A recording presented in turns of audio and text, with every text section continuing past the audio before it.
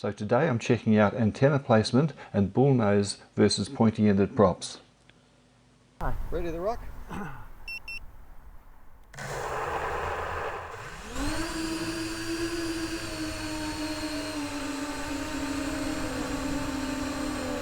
So I'm looking to see whether I get fewer range warnings.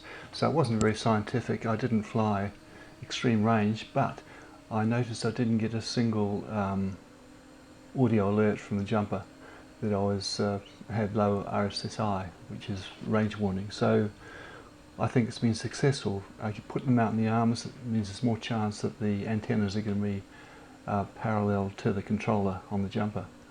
So that part of the application of antenna theory seems to have worked, so happy about that. Bit windy, but still always fun to fly in a new location. So here we go.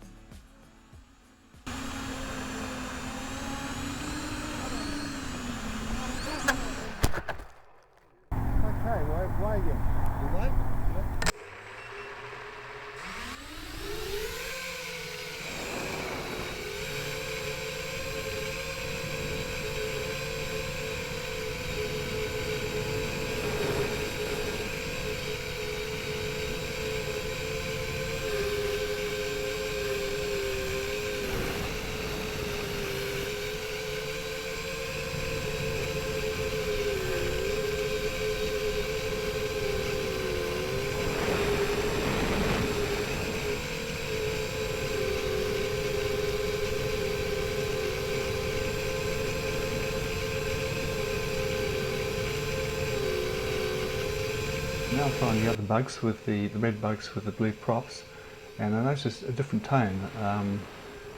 There's less, the blades are thinner, so they might be spinning a bit faster. I think I've got less power but more manoeuvrability. But unfortunately, one of the things I did notice was I seem to be getting a bit of static on the camera.